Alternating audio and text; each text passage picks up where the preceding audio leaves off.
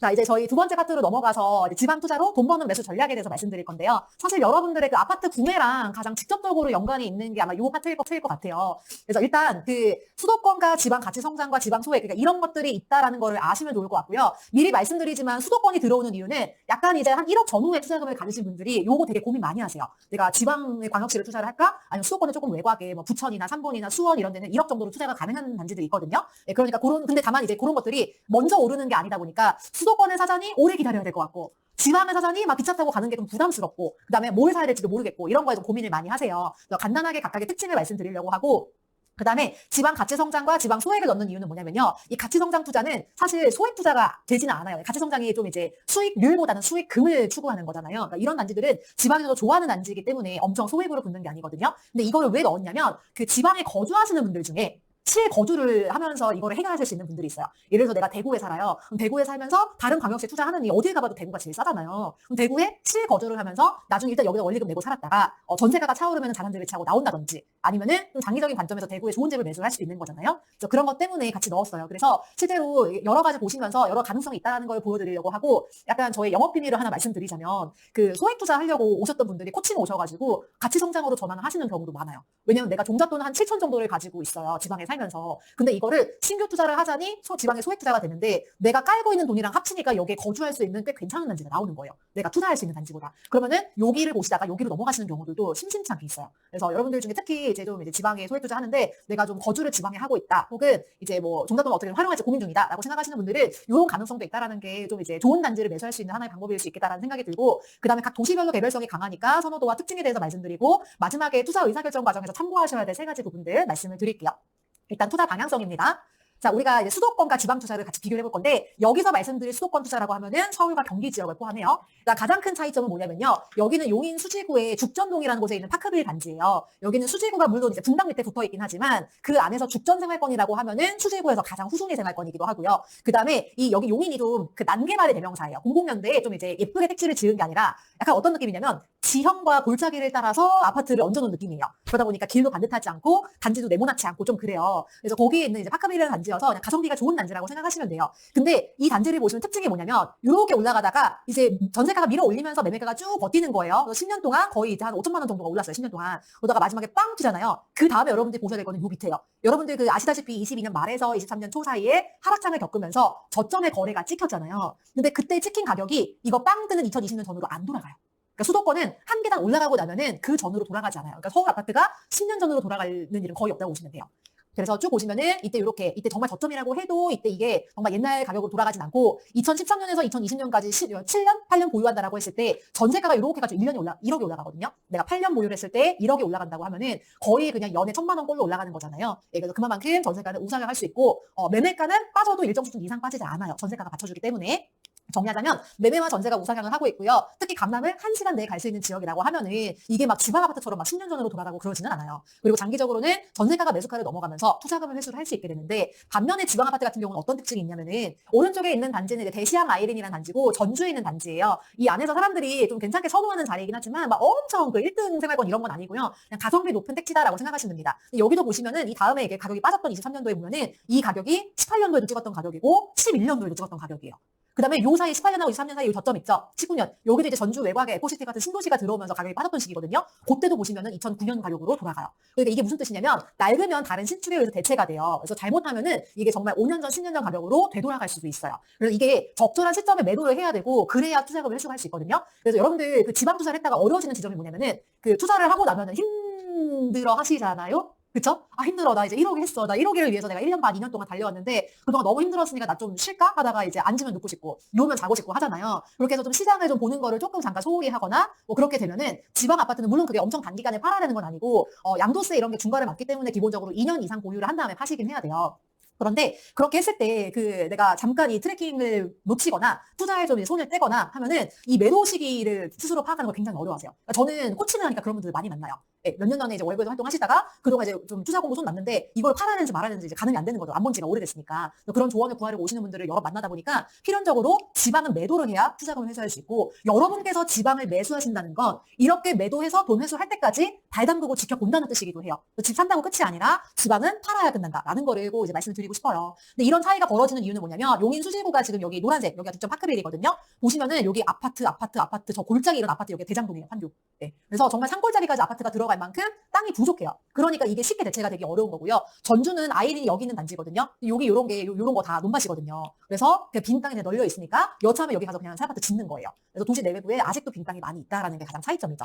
수도권과 지방 투자의 차이점을 정리를 해보자면 일단 저 돈 얼마 기준으로 해야 돼요를 딱 말씀드린다면 물론 그 돈 가지고 할 수 있는 단지가 뭐냐에 따라 다르겠지만 1차적인 기준선은 일단 1억으로 보시면 될 것 같아요. 왜냐면은 그 1억 미만의 수도권 투자를 할 수 있긴 한데 그런 투자가 수도권도 지금 전세가율이 되게 붙은 상황이 아니다 보니까 그럼 몇 천만 원으로 할 수 있는 수도권 단지들이 굉장히 선호도가 빠져요. 그리고 강남 1시간대에 못 들어가요. 그러다 보니까 아무래도 이제 그럴 거면 지방에서 선호하는 단지를 하는 게 투자금 회수적인 측면에서 나올 수 있고 조금 애매한 분들이 1억 전후에 걸쳐 있는 분들이 조금 애매하기는 하죠. 그리고 아예 소액이면은 지방을 가시는 게 나아요. 예. 그다음에 그 이제 보유 기간은 수도권은 기본적으로 10년 보고 지방은 한 5년 정도 생각하셔야 돼요. 일단 기본적으로. 물론 내가 2년 지나면 팔 수는 있는데 일단 갱신권 있고요. 그럼 갱신권 한번 쓰면은 이제 입주물건 되기까지 4년이잖아요. 일단 요 정도는 보유하고 그 전에 매도한다라고 하면은 매도의 편익이 크면 2년 만에 돈 회수해서 나올 수 있죠. 그렇지만 기본적으로는 5년 정도 가지고 간다. 이건 무슨 뜻이냐면 사자마자 오르지 않을 수도 있다는 뜻이에요. 양쪽 다. 예, 그 다음에 대상은 수도권은 이제 같은 사이클을 공유하는 한 덩어리의 지역이고 시간차만 있다 뿐이지 상승장과 하락장이 같잖아요. 근데 지방 투자는 각자의 사이클과 개별성이 다 다르다라는 말씀을 드리고 특징은 수도권은 초기 투자금이 지금부터 좀 많이 들어가는 상황이에요. 그렇지만 안정적으로 보유를 하면서 전세 상승분과 시세 차익을 같이 누릴 수 있어요. 지방에서 단지를 잘 고르면은 시세 차익이 수도권보다 빠를 수 있어요. 지방에서 잘 고르면. 그렇지만 지방에서 전세 상승분을 받잖아요. 이 지방 전세 상승분 받는 게 어떤 뜻이냐면 예를 들어서 내가 3억에 2억 5천에 투자를 했어요. 그 다음에 2년 뒤에 이 세입자가 나가요. 집값이 3억 3천이 됐어요. 전세가 3억까지 올라요. 예를 들어서. 그러면은 이렇게 되잖아요. 그러면은 이 2억 5천에서 3억으로 전세금을 받잖아요. 그럼 이게 두 가지 의미가 있는데요. 일단 지방은 언젠가 매도를 해야 되는데 전세가를 높였다가 혹시라도 공급이 들어오게 되면 역전세의 가능성이 높아져요. 역전세 가능성이. 그 다음에 지금 한번 전세를 올려받았잖아요. 이땐 좋겠죠. 5천 올려받았으니까. 예, 이걸로 뭐 재투자라도 한다면 모르겠는데 전세가가 높아진 상황에서 내가 나중에 매도를 하잖아요. 그럼 매도를 해서 전세금 돌려주고 남는 돈이 내가 회수하는 돈인데 그 차액이 커져요. 그러니까 이때 내가 만약에 전세금 조금만 올려받았거나 안 올려받았으면은 나중에 매도하고 1억 넘게 꺼낼 수가 있는데 한 번 중간에 받아 먹어서 유야무야 써버렸다. 예, 이거 내가 재투자라도 하면 괜찮은데 그냥 어쩌다 보니까 여행 가고 뭐하고 다 써버렸다 라고 하면 나중에 팔고 나서 회수하는 돈이 좀 덜 목돈이 되는 거예요. 그런 부분이 있어서 저는 지방에서도 이제 정말 시세대로 다 올려받기보다는 재투자를 염두에 둔다면 상관은 없죠. 그건 투자자의 전략 중에 하나니까. 근데 지방에서는 어지간하면 그냥 갱신권 써서 조금만 올려받았다가 나중에 매도해서 목돈 꺼내시는 것도 괜찮다라고 말씀을 드리고 그 다음에 해야 될 일은 뭐냐면 수도권 투자는 일단 기본적으로 중장기 보유예요. 그래서 월급과 전세 상승분으로 이제 재투자를 하신다라는 걸 염두에 두시면 좋고 지방 투자를 한다라는 건 제가 아까도 말씀드렸지만 매도를 전제로 하고 있잖아요. 매도는 무슨 뜻이냐? 여러분 이거 지방 투자해서 올라서 팔면은 그 다음에 돈 주면 뭐 하실 거예요? 뭐 테슬라 사실 거예요? 여행 가요? 뭐 하실 거예요?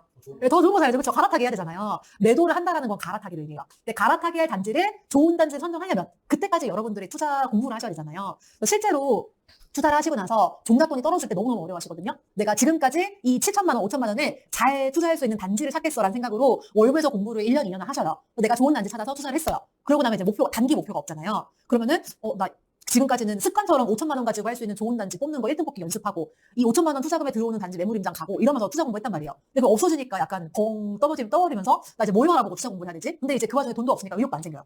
그러니까 되게 힘든 구간을 겪는데 그 기간을 잘 버텨야 2년 뒤에 갈아타기를 잘 할 수 있어요. 그 기간을 어떻게 보내느냐에 따라서 2년 뒤에 내가 취득할 아파트가 달라져요, 여러분. 이거 꼭 기억하시고 진짜 지방 투자를 한다라는 거는 그 다음에 매도하고 갈아타기 이거 바라보고 가는 거예요. 네, 내가 반드시 이거 팔면은 수도권 서울에 꽂겠다라는 생각으로 더 가열차게 투자 공부하시면 좋을 것 같고 그때 수도권에 감정이입하면서 보시는 거죠, 임장을.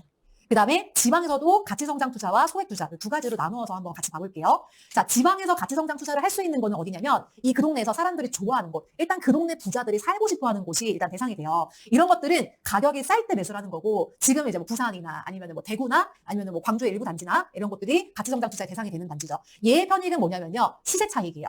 시세 차익이라는 거는 수익률이 좋지 않을 수 있다는 얘기거든요. 많이 벌면 되는 건데 기본적으로 가격이 쌀 때는 갭이 커요. 지방은 특히 그래요. 왜냐하면 전세가가 저 아래에 있으니까 매매가가 싼 거예요. 그래서 지방에서는 갭이 붙으면서 이 대장 아파트가 가격이 싼 시기가 도저히 오기가 굉장히 어려워요.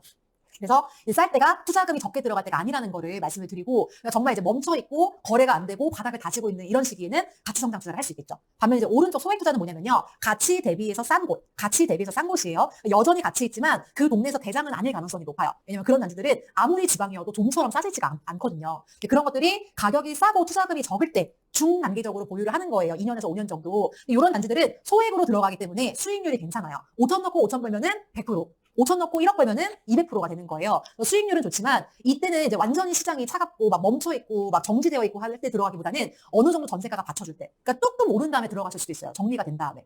그래서 그럴 수도 있겠지만 여전히 가치 대비 가격이 싸다라고 생각하면은 들어갈 수 있는 게 소액 투자다라고 보시면 좋을 것 같고 각각의 경우의 특징을 조금 더 말씀을 드릴게요. 왜냐면은 아까 말씀드린 대로 가치 성장 투자는 내가 지방에서 실거주를 전략적으로 선택하는 분들께도 의미가 있긴 하지만 우리가 소액 투자를 하더라도 최대한 가치 성장에 가까운 단지를 투자를 해야 가치가 있는 걸 살 수 있단 말이에요. 지방에서 가치 있다라는 게 어떤 의미인지를 알아보는 측면에서 가치 성장 투자를 같이 볼게요. 지방에서 가치 성장 투자가 가능한 단지는 이른테면 이런 단지예요. 범어 SKU. 여기는 대구 수성구의 범어동에 있는 곳인데 이 단지 실제로 가보면은 좀 저는 뭐지? 이게 끝인가? 라는 생각이 들었어요. 왜냐면 생각보다 세대수가 많지도 않고 좀 비싼 단지면은 왜 앞에도 좀 철저하게 막아야 되고 막 그 뭐죠? 자동문 같은 거 입주민 카드 있어야 열리는 거 그런 것도 있어야 되고 하고 그렇단 말이에요. 근데 그런 게 아니라 그냥 뚫려 있어요. 단지 통과해서 가도 되고 막 좀 그래요. 그래서 뭐 비싼 단지라고 하면 뭔가 좀 아쉬운데 라는 생각이 들고 외관도 그냥 그렇게 생겼어요. 쭉쭉 뻗어 있지가 않거든요. 근데 이제 이 친구의 장점은 뭐냐면 학군이에요. 학군. 대구가 정말 수성구로 학군으로 유명한 곳이고 찐 학군지 중심에 있다 보니까 이런 단지는 진짜 막 빠진다라고 해서 옛날로 돌아가지 않죠. 요때 특수한 거고 금방 다시 회복하니까. 그다음에 삼익 비치타운이 어디냐면요. 많이들 알고 계실 느그서장. 부산 남천동에 있는 단지예요. 그래서 삼익 비치타운은 사실 이제 얘가 뷰가 끝내줘요. 네, 막 바다 뷰에 막 광안대교 뷰에 끝내줘요. 근데 그 위치에 단지가 생길 수 있는 이유가 뭐냐면 얘는 매립을 해서 만든 단지예요. 네, 바닷물을 메웠어요. 언제? 그 옛날에 70년대. 그래서 메워서 매립했다 보니까 부산은 다 기본적으로 언덕인데 매립지다 보니까 어때요? 위치가 평강한 평지잖아요. 그다음에 그 옛날에 바다를 메우는데 얼마나 많은 기술과 돈이 들었겠어요. 그러다 보니까 일단 기본적으로 분양가도 좀 받쳐줬고 그다음에 지금 원래 해안가가 이렇게 형성이 돼 있어가지고 여기가 이제 바다였는데 여기 이렇게 매입을 해가지고 이렇게 네모나게 평지에다 지었단 말이에요. 그러니까 정말 이쪽이 다 바다 뷰가 나오는 거예요. 그래서 여기 광안대교 이렇게 지나가고 이러니까 뷰가 정말 끝내주죠. 그래서 이 뷰 때문에 이 부산 사람들한테 바다 뷰는 사치제예요. 샤넬백 같은 거예요. 그래서 이게 바다뷰가 없어도 살지만 바다뷰를 보면은 약간 내가 성공한 사람의 상징이고 부의 상징이고 돈 있는 사람들이 프리미엄을 줘서라도 갖고 싶은 사치제거든요. 네, 그렇다 보니까 이 오션뷰는 부산에서 그런 의미를 가져요. 그리고 얘가 옛날부터 부자들이 살았다 보니까 학군은 당연히 따라오는데 이게 막 학원가 쫙 이런 학군지가 아니라 골목골목 숨겨져 있는 찐 학군지 있잖아요. 네, 그런 이제 학원가와 은근히 이제 성수도도 괜찮고 그런 특징이 있어요. 요 정도 되는 단지가 되면은 지방 하시는 분들은 아마 아실 건데 단지는 구축이거든요. 근데 가치가 있다는 사람들의 인식 있는 거 더하기 여기가 부촌이면은 같이 모여 사는 거주민들의 수준도 약간 이제 좀 부티나고 교양 있고 이래요. 그래서 그런 걸 찾아가지고 여기 오시는 분들도 많아요. 부산에 있는 부자들 중에. 그래서 학군, 오션뷰, 평지 같은 것들이 부산에서는 갖춰지면 좋은 단지라고 하니까 얘가 가치가 있는 거예요. 그 다음에 하나만 더 볼게요. 여기는 둔산동이거든요. 아까 이제 둔산동의 크로바라고 말씀드렸는데 대전의 특징을 보여드렸어요. 대전 서구의 특징은 다른 지방도시와는 다르게 학군과 직장과 상권이 다 몰려 있어요. 그게 어디냐면 둔산동이에요. 그래서 보통 이런 요소들이 다른 지역은 다 분산이 되어 있는데 굉장히 이제 좀 상징적인 곳이죠. 그런 의미에서 광역시 중에서는 여기가 지금도 이제 11억에 가까운 이제 가격을 보이고 있고 제가 36평 여기 전용 8사가 아니거든요. 이 평을 가지고 온 이유는 여기에 전용 8사가 있긴 한데 걔가 100세대도 안 돼요. 그러다 보니까 좀 거래량이 많아서 가격의 흐름을 보여줄 수 있는 조금 큰 평수를 가지고 왔어요. 얘는 여기 이제 정부청사라는 직장이 있는 데다가 여기가 학군이 좋다 보니까 이게 이제 사람들이 좋아하고 가치 있는 요소고 연식이 든다고 대체가 되지 않으니까 가치가 있는 거예요. 지금 쭉 보시면은 지금 대구와 부산과 그다음에 대전이 그 가치 성장 투자가 가능한 단지들을 봤는데요. 사실 그 안에 하위 구성하는 요소들은 다 달라요. 근데 이걸 종합적으로 묶어보면은 그 동네에서 제일 돈 많은 사람들이 갖고 싶어하는 가치가 이런 것들이다라는 걸 알 수 있는 거죠. 그래서 이런 것들이 지역마다 이 단지를 가치 성장 투자가 가능한 단지로 만들어주는 요소는 다르지만 어쨌든 이런 것들이 모였을 때 그 동네 부자들이 이런 걸 갖고 싶어한다. 그럼 그거를 이제 우리 소액 투자로 적용하면은 내가 비록 소액 투자이긴 하지만 이런 요소 중에 하나를 내가 가져갈 수 있다라고 하면은 충분히 내 소액 투자도 가치 있는 단지에 투자할 수 있다라는 결론이 나오는 거예요. 그래서 이런 단지 특징은 뭐냐면요. 일단 입지와 선호도가 지방이지만 변하지 않아요. 아까 우리 여기가 둔산동이라고 말씀드렸고 여기가 정부청사, 공공기관, 법원, 검찰청 다 있어요. 그다음에 요 앞에가 이제 상권과 학원가가 있어요. 그리고 여기가 이제 둔산동 구축 택지거든요. 여기가 90년대식 1기 신도시 느낌이에요. 여기 있는 단지가 크로바니까 그냥 보기도 위치가 가까워요. 학원가에서 제일 가까운 단지예요. 예. 그리고 이쪽에 지금 입주 중인 새로운 대장 둔산 자이아이파크 여기 지금 매매 한 개도 없다고 말씀드렸잖아요. 거기가 있고 얘가 들어오기 전에는 가장 새 아파트가 이편현대상 둔산이에요. 여기가 1단지, 2단지 나눠져 있는데 얘가 2020년식이고 요 앞에 백화점이 있기는 한데 어쨌든 둔산동에 끼진 않죠. 가까운 신축이라는 장점밖에 없기는 해요. 얘가 7억 5천. 지금 들어오는 단지가 8억인데 크로바는 이거 전용 8사가 지금 11억이거든요. 예, 그러니까 그냥 이제 이런 단지 들어와도 얘는 꿈쩍도 안 하는 거예요. 근데 근데 그 연식 차이를 뛰어넘는 가치가 뭐냐면 크로바의 선호 요소인 학군, 학원, 둔산동이라는 택지의 장점, 상권, 직장 이런 것들이 요런 데 신축이 들어온다라고 해서 안 바뀌는 거예요. 대체가 안 되는 거예요. 그럼 여러분 이게 지방 투자하실 때 구축 투자해도 되나? 외박 투자해도 되나? 이런 거 궁금하시잖아요. 그럼 이 질문을 역으로 갖고 오면 되는 거예요. 구축이지만 얘가 대체되지 않을 만한 가치가 있나? 왜냐면 학군 이런 거는 안 바뀐단 말이에요. 구축이어도. 그러면은 뭐 우선순위는 아닐 수 있겠지만 내가 투자를 해가지고 막 엄청 막 5년 뒤에는 정말 빌라 취급을 받는 그런 단지는 아닐 수 있는 거죠. 그 다음에 두 번째, 전세가가 반등하면 매매가가 바로 튀어올라요. 제가 이거는 부산의 상승장이 어떻게 진행됐는지 아까 말씀드렸잖아요. 거기서도 잠깐 말씀드렸는데 지금 크로바랑 여기 은하수 여기도 나름대로 사람들이 괜찮게 생각하는 구축이에요. 왜냐면 둔산도 가까이 있기 때문에. 그래서 요 두 단지 차이를 보시면요. 당연히 크로바를 더 좋아하고 은하수를 덜 좋아하긴 하거든요. 여기가 워낙에 위치가 압도적이니까. 근데 이제 모습을 보면은 여기 전세가가 받쳐주다가 오르는 동안 전세가 받치는데 매매가는 계속 빠져요. 이게 가치 성장 투자가 안 되는 단지의 특징이에요. 다시 매매가는 전세가는 올라가요. 그럼 전세가 올라가면은 이제 정말 가치가 있고 사람들이 좋아하는 대장단지는 조금 빠질만 하다가 전세가 올라가면 그냥 튀어 올라가 버리거든요. 왜냐면 그 안에서 사람들이 좋아하는 단지니까 가수요가 붙으니까. 근데 그렇게 보기에 조금 애매하면은 얘가 한동안 빠지다가 더 이상 빠질 데 없으면 그때 이제 올라가는 거예요. 이제 그런 게 차이가 있어서 실제로 크로바는 보면은 전세가 올라가는 동안 계속 옆으로 가격이 가다가 이렇게 올랐죠. 근데 얘처럼 빠지다가 오르지는 않는단 말이에요. 잘 이런 단지가 특징이 있다라는 걸 볼 수 있고 마지막 세 번째는 중장기적으로 보유할 수 있어요. 지방에도 이런 아파트는 10년 가져갈 수 있어요. 네, 그래서 크로바 단지 같은 경우는 실제로 이렇게 봤을 때 우리 아까 전주에서 봤던 것처럼 10년 전 가격으로 절대 돌아가지가 않아요. 이 단지를 10년 보유했다라고 생각했을 때 여러분 이게 수익률이 얼마예요? 4억 3천에 사서 12억에 팔면? 얼마죠? 계산이 안 되네요. 한 7억 7천? 네, 10년 동안 7억 버는 거예요. 이게 거의 이제 2.7배 정도 오른 거거든요. 근데 서울 아파트도 10년에 2배, 3배 올라요. 서울 아파트도 10년에 3배 오르면 많이 오른 거고요. 10년에 2배 오르면 한 기본 정도 하는 거거든요. 그러니까 못지않게 오르는 거예요. 그냥 이런 단지가 많지 않을 뿐.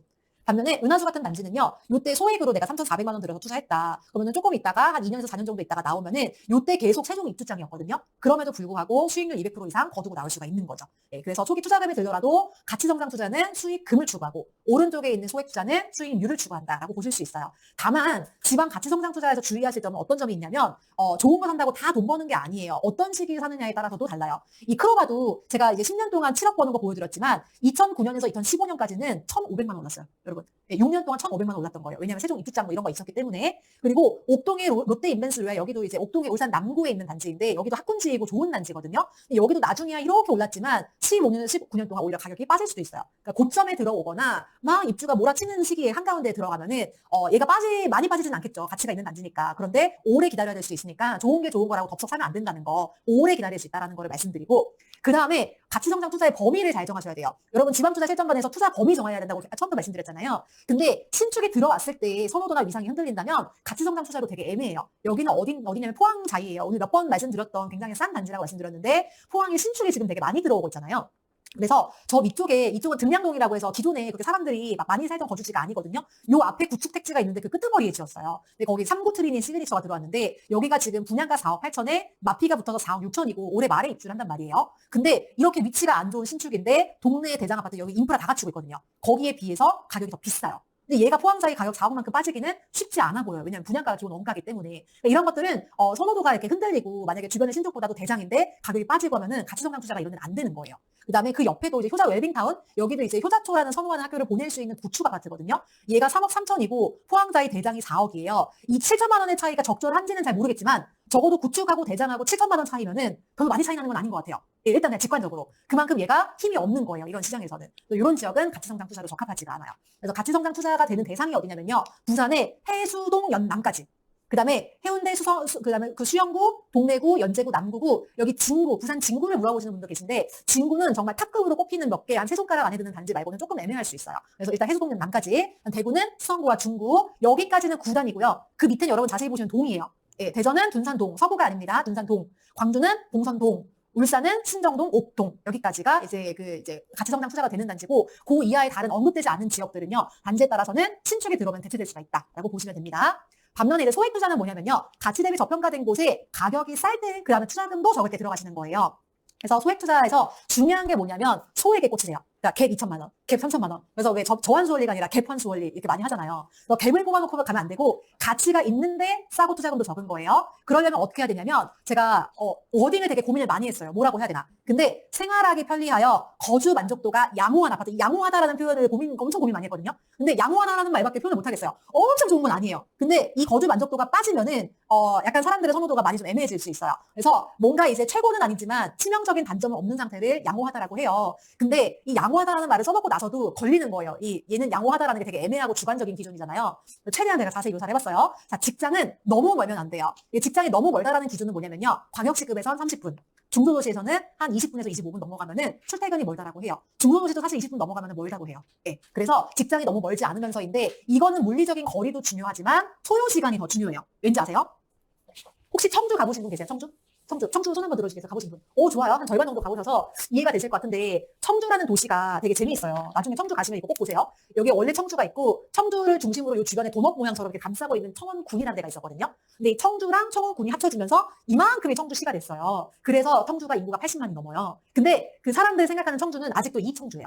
네. 그리고 여기를 이렇게 가로지르는 대로가 있거든요. 얘가 겁나 막혀요. 어느 정도 막히냐면 평일 낮에도 막혀요. 그래가지고 청주가 뭘 만들었냐면요. 이렇게 순환도로를 이렇게 만들었어요.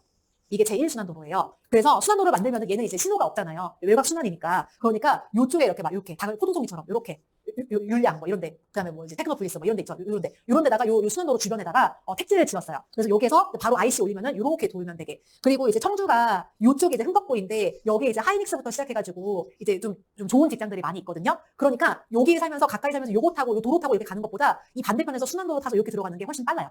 여기가 너무 막히니까. 그러니까 물리적인 거리보다 이 반대쪽에 있는데 20분이면 와버리는 거죠. 근데 이렇게 하니까 이제 택지가 많이 생겼잖아요. 근데 청주가 어때요? 주변에 빈 땅이 많죠. 청원군을 편입을 했으니까. 그러니까 더 확장하려고 하는데 또 이제 너무 멀어지는 거예요. 그래서 어떻게 해요? 도로를 또 만들어요. 이렇게 2차 수반도로를. 어떻게 여기다가 또 이렇게 막 이게 짓는 거예요. 택지를 방서 그다음에 동남지구 뭐 이런 식으로 다 짓는 거예요. 이렇게. 그래서 다시 또 이 업업하면은 이게 이제 직장을 올 수 있게. 이렇게 하다 보니까 청주가 전형적으로 물리적인 거리보다 소요 시간이 훨씬 중요한 곳이에요. 청주를 어느 지역에서 어느 택지에서 찍어보든 어지간하면 이 하이닉스를 20분 만에 가요. 예. 그러니까 청주는 위치가 중요하지 않은 거예요. 요 도로만 탈 수 있으면 되고 요 도로 근처에다가 택지를 짓거든요. 그러니까 멀어도 반대편에 있어도 새 아파트 들어오면 가는 거예요. 예. 이런 특징이 있어요. 다만 이제 참고 삼아서 말씀드리자면 청주가 그래서 점점 외곽으로 이렇게 확장을 했거든요. 근데 이게 당연히 물리적인 한계가 있죠. 어디까지 넓어지겠어요. 그러고 나면 이제 어디로 들어와요? 중심지로 들어오죠. 그래서 요 중심지 이런데 이제 정말 길에 막히고 옛날에 구도심이고 막 시장통 있고 이랬던 데 있잖아요. 그런 데를 허물고 이제 재개발을 지어 올려요. 이런 일들이 먼저 일어나는 데가 어디냐? 대구 부산이잖아요. 대구 부산 이런 일이 있어서 공급이 최근 몇 년 동안 많았잖아요. 근데 처음에 그런 데 들어올 때 사람들이 그 현지 사람들은 기대를 할까요? 욕을 할까요? 욕을 해요. 저기는 사람 사는 데 아니야. 판자촌이야. 저기 못 사는 동네야. 저기 교통체증 엄청 심하고 길도 좁고 허름해. 이렇게 얘기하거든요. 근데 막상 지어놓으면은 괜찮아요. 규모가 주는 그런 게 있으니까. 그리고 거기 사는 사람들도 바뀌어요. 그럼 이제 인식이 바뀌죠. 거기까지가 시간이 걸리는 거예요. 그러니까 그런 것들을 이미 지금 해놨던 데가 대구, 부산인 거고, 현재 진행 중인 데가 뭐 천안 이런 것들인 거고, 이제 앞으로 다가오는 데가 청주거든요. 그래서 근데 여기가 지금 분양이 잘 안 됐어요. 그래서 막 마피 붙고 막 그러다 보니까 이런 것들이 해결되지 않으면 조금 어려울 것 같은데 하여간 청주도 이제 확장을 하다가 다시 이제 안쪽으로 들어오고 있는 중인 거죠. 근데 그게 지금 잘 안 돼서 좀 이제 기우뚱 하고 있는 상황이에요. 저는 좀 시간이 많이 지나서 이쪽 도심권 이쪽이 자리를 잡으면은 괜찮아질 것 같기는 한데 다만 시간은 좀 걸릴 것 같아요. 그래서 제가 직장이 너무 멀지 않으면서라고 하는데 여기다 키로수나 분수를 써놓지 않은 이유가 지방의 특성상 물리적인 위치도 중요한데요. 중도도시에서는 광역시는 워낙에 크니까 위치가 곧 시간이거든요. 근데 중도도시는 그 정도는 아니기 때문에 그냥 소요 시간을 체크를 하시면 좋아요. 그거 어떻게 하냐? 네이버 지도에서 이게 소요 시간 체크하던가 아니면 출근 시간대 티맵 이런 거 찍어보시면 어느 정도 아실 수 있죠. 그 내용을 이제 인보 교통에다가 넣으시는 거예요. 그 다음에 그런 것들이 이제 교통이 같이 연결이 되는 거죠. 출퇴근하기 너무 불편하지 않으면서 30분. 근데 이제 중도도시에서는 30분도 멀다 해요. 한 20분 정도에 들어와야 돼요. 네. 그 다음에 학구는 지방에서의 학구는 이제 수도권에서의 학구는 이게 서울은 특히 다르잖아요. 학구는 공부 잘하는 곳이잖아요. 근데 지방에서 학군이 중요하거든요. 근데 걔네가 공부를 잘하는 게 중요하다기보다는 학군이 부촌이랑 연결돼요. 그러니까 지방에서 부자들이 살만한 곳은 정해져 있고요. 부자들의 특징은 먹고 사는 문제가 해결이 됐잖아요. 그러니까 내 자식도 잘 키우고 싶거든요. 근데 부자들은 좀 끼리끼리 모여 사는 걸 좋아해요. 그래서 나는 의사 집안이면은 우리 애가 우리 가정이랑 비슷한 경제력의 집안 자녀들과 어울려서 끼리끼리 모였으면 좋겠는 그런 게 있어요. 조금 야박하지만 그래요, 자본주의가. 네, 그래서 부촌 커뮤니티가 형성된 학군지가 일단 1번이에요. 그래서 실제로 그런 곳이 대구의 수성구인 거죠. 대구의 수성구는 정말 막 동네가 잘생겼고 예쁘고 막 학원은 공부를 잘하고 이런 것도 있지만 대구 부자들은 수성구 범어동을 들어가 살아. 근데 이게 하나의 프레임이 되다 보니까 부자들이 사는 동네가 돼버린 것도 있거든요. 그래서 이런 부촌 커뮤니티가 형성된 학군지면 좋지만 그런 데가 좀처럼 소액으로 잘 안 들어오거든요. 그렇다라고 하면은 적어도 학교와 학원이 가까운 곳. 왜냐하면 학교와 학원이 가까우면요. 거주하는 연령층이 높아요, 낮아요? 젊은 사람들이 많이 들어오죠. 젊은 사람들은 돈을 벌죠. 돈을 벌면 집값을 받쳐줄 수가 있잖아요. 이런 것이 일단 학군의 기본적인 전제 조건이고 플러스 부촌 커뮤니티가 있으면 좋겠다 정도로 생각하시면 됩니다. 자, 그 다음에 환경은 지금 아파트에서 환경은 그 상권과 균질성과 연식 이런 걸 나타내거든요. 그래서 상권은 일단 생활업종이 잘 들어있는 젊고 깨끗한 상권. 그러니까 막 핸드폰 가게에서 트로트 나오고 그 다음에 막 뻥튀기 가게 있고 이런 상권보다는 네일샵 있고 그 다음에 엄마들 그 되게 좀 패셔너블하게 요즘 점줌마라고 하나요? 젊은 아줌마? 네, 그런 말이 있어요. 발음이 안 되네요. 네, 다 들으셨죠? 예, 점줌마. 이런 표현 들어보셨어요? 예, 젊은 아줌마래요. 그래서 약간 그 너무 애들 같지 않으면서도 너무 아줌마 같지 않은 그런 예쁜 세련된 그런 이제 보세 옷가게나 이런 것들이 있는 그 생활 업종 있죠. 그런 것들을 좀 좋아해요. 샐러드 가게 있고 막 이런데. 자, 그 다음에 균질성은요. 제일 좋은 건 신축만 모여있는 데가 제일 좋아요. 그 다음에 그게 안 된다면은 신축과 준신축 한 00년대, 08년, 07년 이 정도 연식 그런 게 혼재는 게 제일 좋고요. 준신축만 있는 게 좋고요. 제가 그 밑에는 안 적었어요. 네, 굳이? 라는 생각 때문에. 예. 그 다음에 건물 가치는요, 연식은 제가 이것도 고민 되게 많이 했거든요. 근데 입지 독점성이 없다면 준공 20년 이내가 좋을 것 같아요. 그러니까 지금으로 치면은 2005년식 이전은 조금 애매할 수 있겠다라는 생각이 들고, 광역시 중에서도 독점성이 있는 단지, 그러니까 대체가 될 수 없는 단지라면 모르겠지만, 그렇지 않으면 준공 20년 이내에 선택을 하셔야 내가 팔 때 30년 이내에 팔잖아요. 이것도 진짜 마지노선이에요. 예. 그 다음에 세대수는 300세대 이상인 단지였으면 좋겠고, 구조는 지방에 가서 복도식은 안 보실 것 같아요. 예. 그래서 이 건물 가치 이렇게 보시면 좋을 것 같고, 여러분들 지방은 신축이야 이런 거 되게 많이 들으셨잖아요. 그러니까 뭐 한 2010년대, 뭐 2011년, 2009년 이런 정도 연식의 좀 애매한 연식의 단지들을 투자하는 거에 대해서 이거 해도 되나라는 생각이 드실 것 같아요. 이제 결론부터 말씀드리자면 이따가도 이제 구축 투자에 대해서 말씀드릴 건데 공급 상황이 괜찮다라고 하고 더 좋은 거 신축 못하는 상황이라고 하면은 해도 돼요. 해도 되는데 그런 단지를 돈 많이 들여서 투자하면은 그만큼 벌고 나와야 되는데 그게 애매해질 수 있잖아요. 그러니까 소액이라고 하면은 더 좋은 단지가 안 된다라고 하면은 가능은 하다. 다만 그래도 여러분은 준공 20년 이내 하셨으면 좋겠다. 저는 더 된 것도 투자해보긴 했지만 여러분은 그래도 이 안에서 투자하셨으면 좋겠어요. 그래서 요게 제가 생각하는 소액 투자의 가이드라인이에요. 근데 요 소액 투자에 들어오는 단지를 하려고 하다 보니까 좀 고민되시는 점들이 있을 거예요. 일단 주변 환경이 어수선할 때. 그러니까 단지는 좋은데 그 주변이 너무 애매한 거예요. 근데 만약에 이 단지가 서울에 있다. 그럼 그 땅이 괜찮으면 할 수 있다는 건 알지만 지방에 와서 굳이라는 생각이 드실 수도 있어요. 그 대표적인 예가 이제 몇 가지 보여드릴 건데 여기서 중요한 건 뭐냐면 주변 분위기는 어수선해도 그래도 살만한 거주 수요가 있는 단지인가. 이 거주 수요를 끄는 단지인가가 중요해요. 여기는 어디냐면 대전 중구에 있는 중촌역 푸르지오 센터파크예요. 네, 중촌역이에요. 뭐가 있어요? 역이 있죠. 근데 이게 지하철역이 아니라 기차역이에요. 그 말은 무슨 뜻이에요? 좋은, 그쵸? 철길, 막 철컹철컹 이런 거. 그 다음에 단절성 이런 걸 뜻하잖아요. 근데 얘가 걔만 있는 게 아니에요. 이 단지 알아두시면 좋아요. 왜냐면 흔치 않은 단지거든요. 이 주변에 장례식장이 있고요. 요양병원 장례식장이에요. 기찻길 있고요. 논밭이 있어요. 그래서 약간 거주지로서 애매한 3대 요소를 다 갖추고 있는 대표적인 단지예요. 여기 보시면 실제로 여기가 이제 푸르지오 센터파크거든요. 여기가 기찻길이에요. 그 다음에 저 옆에 노란색 띠 둘러진 건물 보이세요? 예, 요게 장례식장이에요.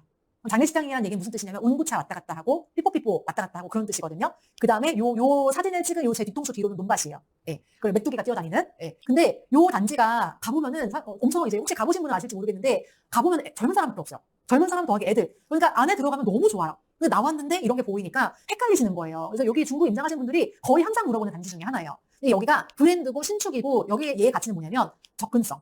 여기가 대전 저기 정우청사거든요. 여기가 그 크로바고 여기 그 준산동이에요. 여기까지가 3.2km예요. 그래서 아침 이게 제가 팀앱으로 아침 8시 20분에 찍었거든요. 그랬더니 10분.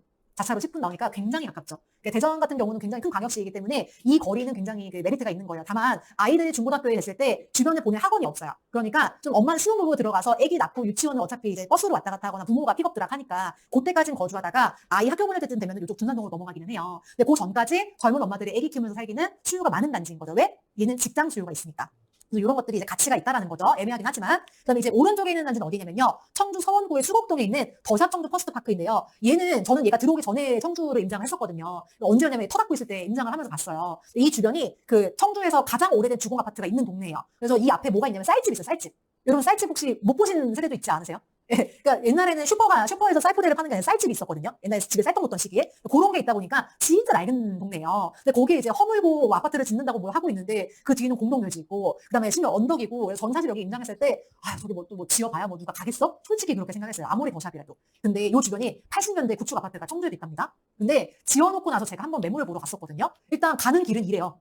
네, 좀 많이 낡은 구축 있죠, 빌라들. 이런데 정말 이 딱 가면 병풍처럼 펼쳐지는데 그 안에 들어가면 호백농원에서 가져온 사진이거든요. 이렇게 생겼어요. 네, 정말 그 약간 딴 세상 같아요, 진짜. 그래서 들어가 봤는데 딱 보는 순간 와 여기 사람들 진짜 좋겠다는 게 딱 느껴져요. 예, 그래서 보면서 와 여기는 좀 청주 안에서도 이 정도로 조경 잘 갖춘 데가 흔치 않은데 라는 생각이 들었는데 역시나 사람들이 굉장히 좋아하더라고요. 여기는 브랜드 신축, 조경, 그다음에 얘가 가지고 있는 또 하나의 가치는 뭐냐면 요 앞쪽에 지방 법원 있잖아요. 법원 검찰청이 있다 보니까 여기가 관공서예요. 정부청사, 대전 정부청사만큼은 아니지만 그래서 여기 이제 출퇴근하시는 분들 수요가 있고 그 앞에 이제 학원가에 이제 학교 여기에 좀 중학교가 공부를 잘해요. 그러니까 학원가랑 밥집이랑 이런 것들이 좀 있어요. 상권이. 그러다 보니까 여기 근데 집을 낡았거든요. 08년식, 00년식 그러거든요. 그러니까 여기 살면서 여기를 이용할 수 있는 거리가 되는 거예요. 도보권이. 그러다 보니까 이런 것들은 수요가 있어요. 다만 이런 단지가 제일 좋아서 들어가는 건 아니에요. 장례식장 없으면 더 좋았을 것 같아요. 하지만 그럼에도 불구하고 얘가 있지만 나름대로 거주할 만한 수요가 있는 건 장점이잖아요. 정리하자면 같은 투자금으로 살 수 있는 상위 생활권 선호 단지가 있으면 제일 좋아요.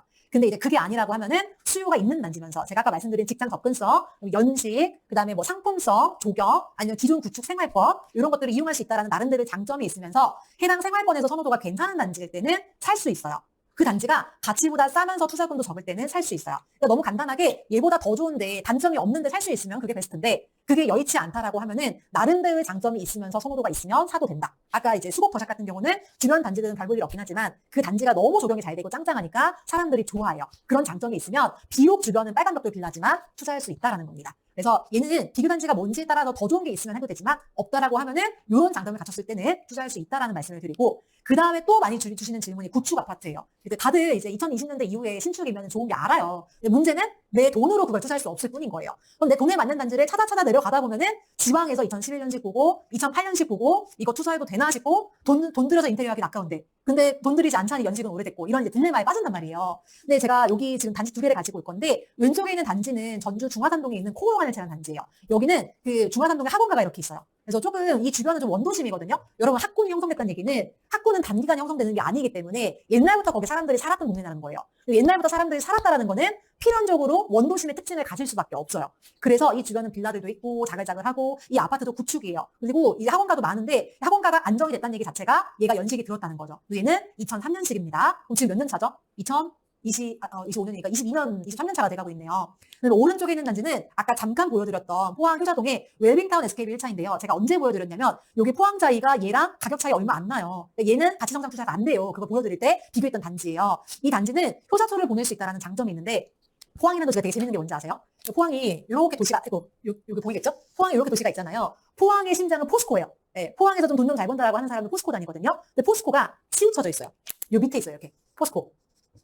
근데 이 동네에서 포스코 다니는 사람들이 돈도 잘 벌고 교육 수준도 좋고 자녀교육도 관심이 많아요. 근데 이분들이 멀리 출퇴근하는 시간이 많이 걸리잖아요. 그러니까 요게 가까운 요 남구의 택지에 모여서 사는데 거기가 효자동이에요. 그래서 이 효자동에 효자초등학교를 엄청 좋아하는데 여기부터는 약간 TMI예요. 여기 대장단지가 요 옆에 있는 포항자이잖아요. 이 포항자이가 여길 못 가요. 네, 대장인데. 그래서 어디 가냐면 저 위에 주택가에 있는 초등학교를 가요. 그러니까 이 포항자이 엄마들이 나 자이고 대장 아파트인데 이 효자초 보내고 싶겠어요? 안 보내고 싶겠어요? 보내고 싶잖아요. 그럼 어떻게 해요? 위장 전입을 해요. 네. 그러면은 이 주변의 구축 아파트 엄마들은 아니 우리는 효자초 보내려고 포항자에 안 들어가고 돈 이제 만만치 않게 주면서 구축 살고 있는데 니들은 새 아파트 살면서 왜 여기 밀고 들어와? 라고 얘기를 하면서 이걸 또 이제 교육청에 신고를 해요. 그래서 한 번씩 이제 위장 전입 이제 조사를 나옵니다. 이제 그런 재밌는 일이 일어나는 곳이 이제 포항 효자동이에요. 그만큼 이 효자초를 보내고 싶어하는 엄마들의 욕구가 있는 곳이에요. 제가 지금 그냥 이제 뭐 이런 썰 얘기하는 게 아니라 그만큼 여기가 선호도가 있는 초등학교라는 걸 말씀드리는 거예요. 둘 다 지역 내에서는 나름대로 학군지 역할을 하고 있고 이런 거주 수요가 있는 곳이에요. 근데 23년 6월 달에 두 단지가 둘 다 3억 3천, 3억 2,500 이랬거든요. 근데 전주는 그 뒤에 지금 4억 2천이에요, 지금.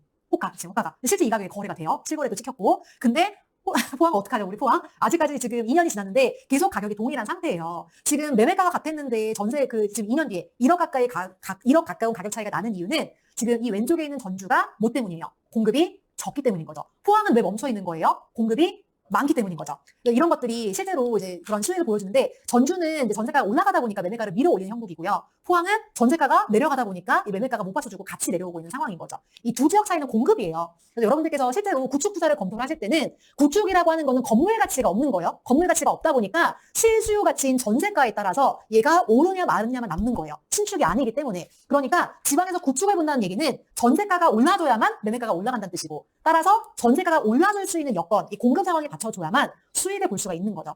그래서 이 구축 투자를 고민할 때는 전세가가 올라갈 수 있는 여건이 되는지가 구축 소액 투자에서는 성공을 결정을 해요. 자, 그럼 여러분 우리 투자에 적용해 볼게요. 전주랑 또 공급 부족한 지역 어디 있죠? 울산 있었잖아요. 이런 지역은 구축 투자해도 돼요, 안 돼요? 해도 돼요. 다만 구축 투자해도 되는데 얘들의 애매한 부분이 뭐예요? 이런 지역들이 지금 가격이 싸요, 한 계단 올랐어요. 한 계단 올랐어요. 그러면은 어떻게 해요? 투자금을 소액으로 짧게 가져가면 되는 거예요. 다만 그 돈으로 더 좋은 신축 할 수 있으면 개해야죠. 근데 없으면은 가격이 여전히 싸고 투자금도 적게 들면은 할 수 있는 거예요. 다만 매수를 했을 때 뭐까지 생각해야 돼요?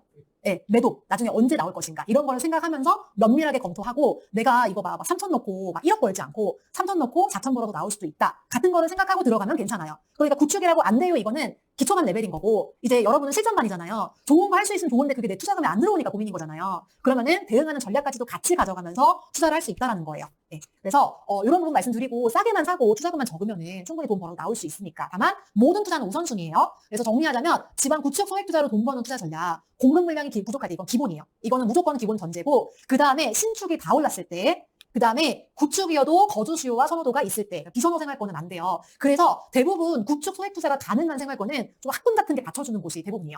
왜냐면 상권이나 건물이나 이런 거 다 낡아버린단 말이에요. 근데 엄마들이 건물이 낡아도 비집고 들어가는 경우가 딱 하나 있어요. 학교가 받쳐주면. 예, 그래서 대부분은 어느 정도 괜찮은 학군이나 학원가를 갖고 있는 곳이 많아요. 그 다음에 가격이 싸고 투자금마저 적게 든다면 전세금을 올려받기보다는 나중에 시세 차익을 보고 매도해서 투자금을 회수하면은 구축 투자도 돈을 벌 수 있죠. 얘가 나의 최선이라고 한다면.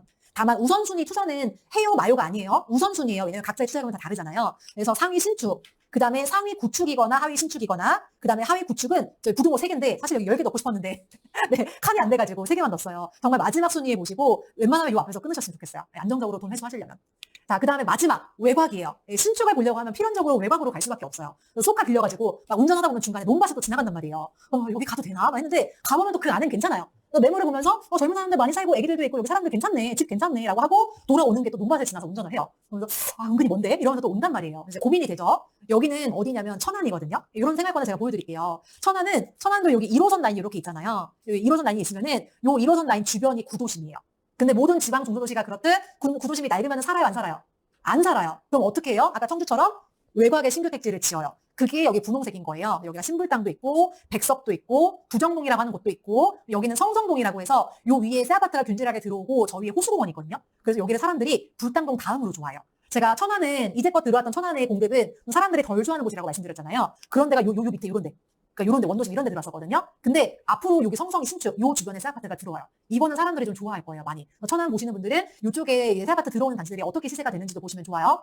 근데 요 주변에 붙어 있으니까 괜찮은데 떨어진 애가 하나 있어요. 여기가 지금 삼성전자가 이렇게 있는데 삼성전자를 지나서 그러니까 여기가 다 논밭에 뭐 슬레이트 지붕에 무슨 이제 뭐 삼성전자에 하청업체 공장에 지나면은 이제 외곽에 있는 택지가 나오는데 택지라고 하기에는 아파트 4개가 조로로록 있어요. 그리고 요 앞에 코스트코 있거든요. 여러분 코스트코가 그 거주지 밀집 지역에 있어요. 외곽에 한산한 데 있어요. 외곽에 한산한 데 있잖아요. 차 갖고 가는 데 있잖아요. 그러니까 그만큼 여기는 한적한 곳이라는 뜻이에요. 그쪽에 있는데 여기에 스마일시티 효성 해링턴이라는 단지가 있어요. 요 안에서는 대장 리딩하는 역할을 해요, 얘가. 근데 얘가 어떻게 생겼냐면 지금 보시면 실제로 이렇게 심지어 24평 전용 5구거든요. 이 친구가 요 시점에 2억을 갖다가 정고점에 3억 1,500 찍었다가 2년 뒤에 2억 7천으로 내려왔어요. 근데 정고점 찍고 하락했긴 했지만 이때 사서 이때 팔면은 7천만 원 버는 거잖아요. 근데 투자금 얼마였어요? 2천이었잖아요. 2천 넣고 7천 벌면 괜찮아요, 안 괜찮아요? 괜찮죠. 이 정도면 괜찮은 거예요. 다만 매도를 조심해야 되겠죠. 근데 이게 가능했던 이유는 뭐냐면요. 이게 이제 효성 해링턴이거든요. 여기가 이제 초등학교예요. 네, 초등학교. 그래서 요 단지 안에서 이 외곽 신규 택지는 뭐냐면 그 가성비 있게 저렴한 가격에 신축 살고 싶은 젊은 사람들이 많아요.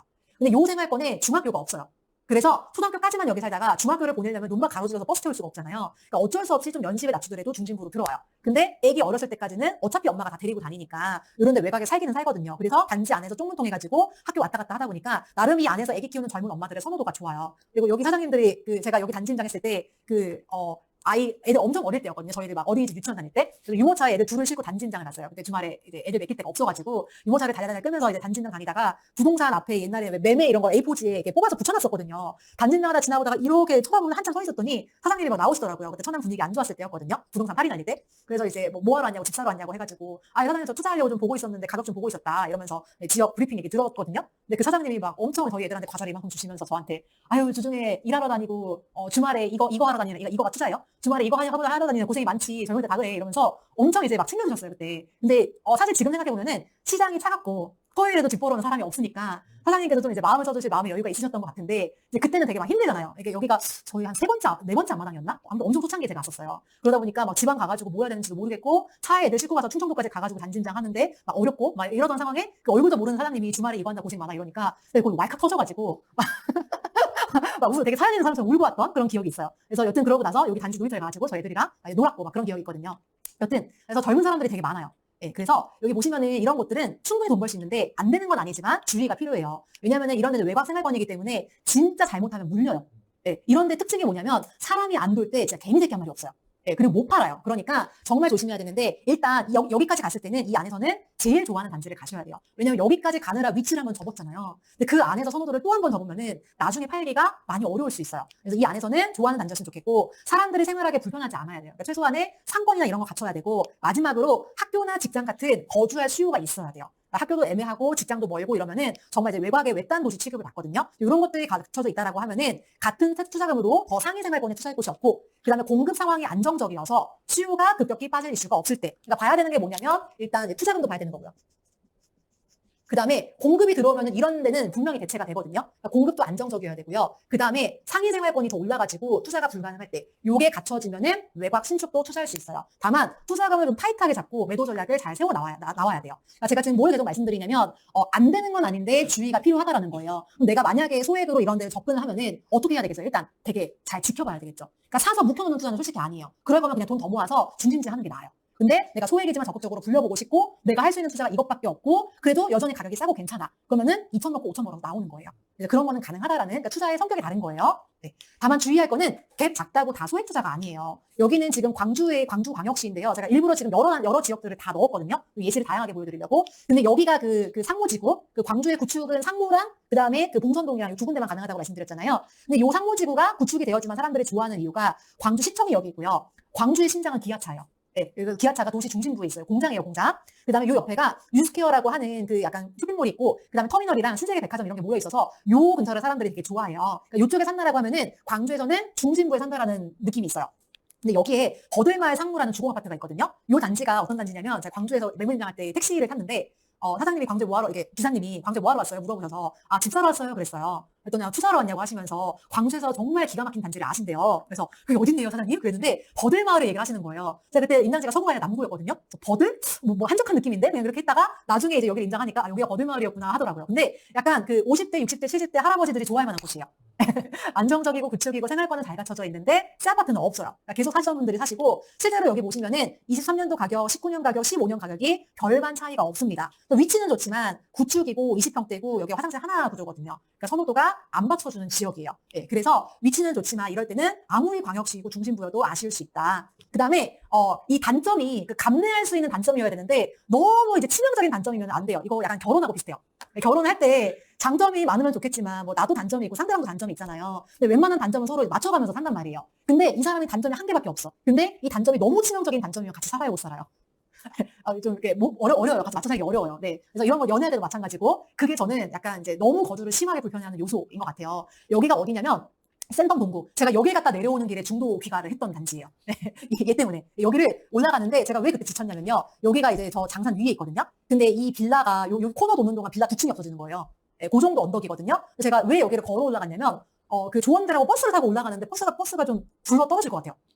그러니까 버스를 타는데 생명의 위협을 느꼈어요. 그러니까 다 사장님이 그 기사님이 잘 운전해 주시겠지만 버스를 타는 것보다 약간 내가 걸어서 올라가는 게 안전하다라는 느낌이 들었어요. 그래서 중간에 우리 내릴래 해가지고 조원들 같이 내려가지고 그냥 우리 두 다리는 굴러 떨어지진 않으니까 걸어서 올라갔다가 요 코너 돌면은 슈퍼 있거든요. 그 카드 안 받고 현금만 받았어요. 네, 그래서 현금으로 물을 몇 병 사가지고 나눠 먹고 여기 내려와서 아이고 다리야 하고 이제 카페에서 쉬었다가 저는 집에 갈게요 하고 온 거죠. 네, 그래서 이제 저를 무릎 꿇게 했던 단지인데 이런 단지는 정말 이제 단점이 너무 많고 불편하죠. 그러면은 진짜 상권할 게 없거든요. 그러니까 얘가 지금 10년 동안 가격이 그대로인 거예요. 근데 얘는 좀 이제 극단적인 예시죠. 예, 좀 이런 단지를 여러분들이 투자하실 것 같지는 않지만 내가 갔을 때 이 단점이 너무 치명적이다. 거절이 너무 불편할 것 같다라고 하면은 그런 단지는 수요가 많지 않고요. 이런 단지 특징이 뭐냐면요. 그 중간에 옆으로 가는 일자 보이세요? 옆으로 가는 일자? 이게 막 자글자글한 게 아니라 그래프가 일자로 가잖아요. 여기 주변에 가보면은 거래가 없는 거예요. 이게 환금성이 안 좋은 거예요. 내가 팔고 살 때 안 팔리고 전세가 한번 수요가 끊기면 전세 맞출 수가 없어요. 그래서 이런 단지는 조금 단점이 크다라는 말씀을 드립니다. 자, 지방 투자에서 마지막으로 조심해야 될 단지 특징이 있어요. 아까 조금 전에 보여드렸던 센텀 동국 아파트와 비슷한 형태의 그래프인데요. 이런 형태의 그래프를 많이 보셨을 거예요. 근데 이 단지의 특징이 뭐냐면 얘가 신축이었을 때죠. 연식이 좋을 때는 매매가가 이렇게 올라가요. 아까 초반에 말씀드렸듯이 매매가와 전세가의 차이가 가수요예요. 네, 가수요예요. 왜냐면 전세가 여기 있는데 매매가를 이만큼 주고 산다라는 거는 이게 오를 거라는 기대감 때문에 사는 거잖아요. 이런 단지는 연식이 좋을 때는 매매가가 올라가서 가수요가 생겨요. 근데 꺾이고 나서 구축이 되고 나니까 어때요? 매매가 전세가가 같이 가죠. 이때는 실수요밖에 안 남은 거예요. 연식 가치가 빠지면은 더 이상 가치가 없는 단지인 거예요. 그래서 이런 단지 특징은 뭐냐면 일단 21년 상승장이 전전 고점을 못 넘었어요. 이런 단지 특징이. 연식이 들면은 이전 가격보다 더 높게 못 간다는 거예요. 가치 자체가 없으니까. 그다음에 두 번째는 매매가 전세가가 딱 붙어서 움직이는 단지. 이런 단지도 젊었을 때는 투자해서 돈 벌 수 있었어요. 왜냐면 연식이 좋을 때는 가수요가 붙으니까. 근데 연식 가치를 잃고 나니까 전세가에 붙어가지고 매매가에 움직이잖아요. 이런 단지 투자금 1,000만 원이래요. 500만 원. 어떤 단지는 전세 높게 껴있는 거 하면은 집 사면 돈 받아요. 예, 그 전세가가 더 높아가지고 그런 단지도 있어요. 예, 그래서 매매가 전세가가 딱 붙어서 움직이는 단지이고요. 이런 데는 오로지 실수요에 의해서만 가격이 형성되기 때문에 상승장이 다 진행된 뒤에 마지막에 오르는 경향이 있어요. 자, 마지막으로 현장에 임장했는데 뭔가 그냥 안 살고 싶어요. 근데 여러분 그 전국의 지방을 기차 타고 다니면서 이렇게 다니는 분들이 많을 것 같아요. 적을 것 같아요. 네, 적어요. 근데 공부까지 하면서 보는 분들은 더 적잖아요. 그럼 여러분들이 봤을 때, 아, 이거 진짜 좀 애매하다 싶으면은 좀 높은 확률도 맞아요. 우리가 대한민국이란 땅에 몇십 년을 살면서 아파트를 봐온 그 이제 체득한 감이라는 게 있거든요. 물론 투자라는 게 감 가지고 투자하는 건 아니지만, 나 여기 못 살 것 같은데, 여기까지 와서 여기 살기가 너무 힘들 것 같은데에 대한 감은 지방의 경우에는 대부분 맞거든요. 그래서 지나치게 낡거나 생활하기 불편해서 거주 만족도가 떨어지는 경우는 좀 수요가 적다라고 볼 수 있겠죠.